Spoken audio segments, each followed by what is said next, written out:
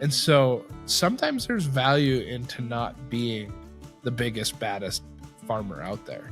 Well, you talked about getting into cattle. That's definitely not something around retirement age is going to do. So these are like our younger producers who are looking into that. You know, what do you think are the most important things they should be thinking about right now, if they're starting out their career? So the young producer, in my mind, the most successful producers, I always love grilling them and asking, how did you get to where you are? And one of the most successful livestock producers I ever knew said, I always swam upstream. And so when the market's booming like we've got right now in cattle, he was selling his herd down. And so he was capitalizing on that, taking the cash. And then when the market will correct in 2 to 3 years, he'd have this slew of cash that he would go in then and he would buy twice as many cows back for the same money. Yeah. So there were a lot of interesting philosophies like that I've picked up over the time. And I'm not saying that's right for everybody. To me, debt management is such a huge thing. And I think everybody gets swept up in an auction. I give one of my buddies that works for a big auction house in North Dakota a really hard time because every time they sell land, they say that, this is the last time this piece of ground will ever come up for sale. And he says, well, Scarcity, it probably is, works. Right?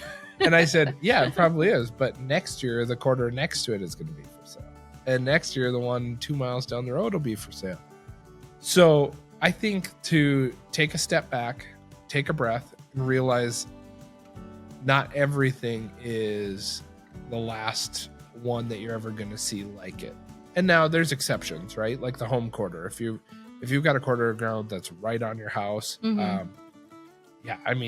that's probably worth something.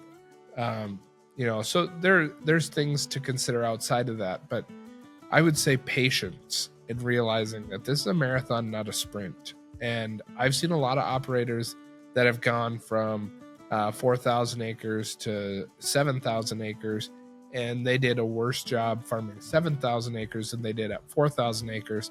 And so they ended up money behind. Yeah. And so sometimes there's value into not being the biggest, baddest farmer out there. And so I think some of that patience and humility and knowing that, there's times when the iron is hot and times when it isn't. And I know it always feels like it's hot and it always feels like it's the one you got to buy. But I promise you, I used to be a really big victim of it with cattle genetics. And I would always be like, oh my gosh, this is the last time they'll ever offer genetics on this cow. It might be. She might tip over dead. Right. And one of her daughters will be for sale next year. And there will be a better cow from a different operation that's got genetics for sale. And it really kind of allowed me to say, okay, you don't have to bury yourself right now for immediate gain.